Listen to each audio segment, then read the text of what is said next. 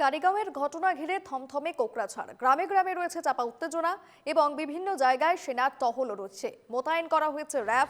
কোকড়াঝাড় এবং চিরাং জেলায় বন্ধ রয়েছে ইন্টারনেট। অনির্দিষ্টকালের জন্য বন্ধ ইন্টারনেট পরিষেবা। কোকড়াঝাড়ে জারি করা হয়েছে 163 ধারা। থমথমে কোকড়াঝাড়, মোতায়েন করা রয়েছে র্যাব।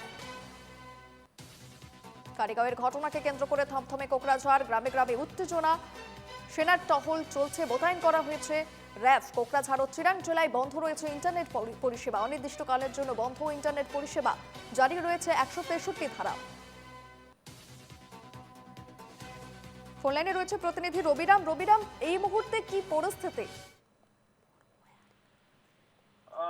হয় হয় প্ৰিয়ংকা, যেটো সোমবাৰে সন্ধিয়া 7:30 মান বজাত যেটো সংঘটিত যেটো দুৰ্ঘটনাজনিত যেটো ঘটনাটো কেন্দ্ৰ কৰি যেটো যোৱাকালি এটা হিংসাত্মক যেটো কাৰ্যকলাপ সৃষ্টি হৈছিলে, অনিয়ন্ত্ৰিত যেটো পৰিৱেশ সৃষ্টি হৈছিলে, তাৰ বাবে যাৰ ফলত দেখা গৈছে যে কোকৰাঝাৰৰ কাৰিগাঁও অঞ্চলত পাঁচটাকৈ বিভিন্ন প্ৰান্তত মানে আশ্ৰয় শিবিৰ স্থাপন কৰা হৈছে।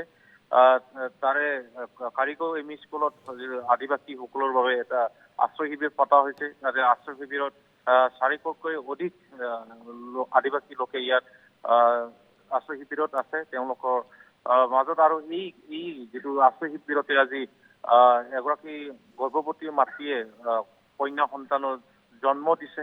আৰু এইফালে সোণাপুৰ এইফালেও বড়োসকলৰ বাবে আশ্ৰয় শিবিৰ পতা হৈছে। মুঠৰ ওপৰত মুঠ 5টা মানে আশ্ৰয় শিবিৰ পতা হৈছে। আৰু নতুনকৈ হিংসাত্মক কাৰ্যকলাপ এই মুহূৰ্তলৈকে সংঘটিত হোৱা নাই। জিলা প্ৰশাসনৰ ফালৰ পৰা যিটো ফ্লেগ মাৰ্চ কৰা হৈছে, 163 VNSS নিষেধাজ্ঞা জাৰি কৰা হৈছে, ইণ্টাৰনেট সেৱা কৰ্তন কৰা হৈছে আৰু পৰিৱেশ স্বাভাৱিক জীৱনলৈ ঘূৰি অহা বুলি ইতিমধ্যে অসম আৰক্ষীৰ IGP অখিলেশ সিঙে জনাইছে সংবাদ মাধ্যমত।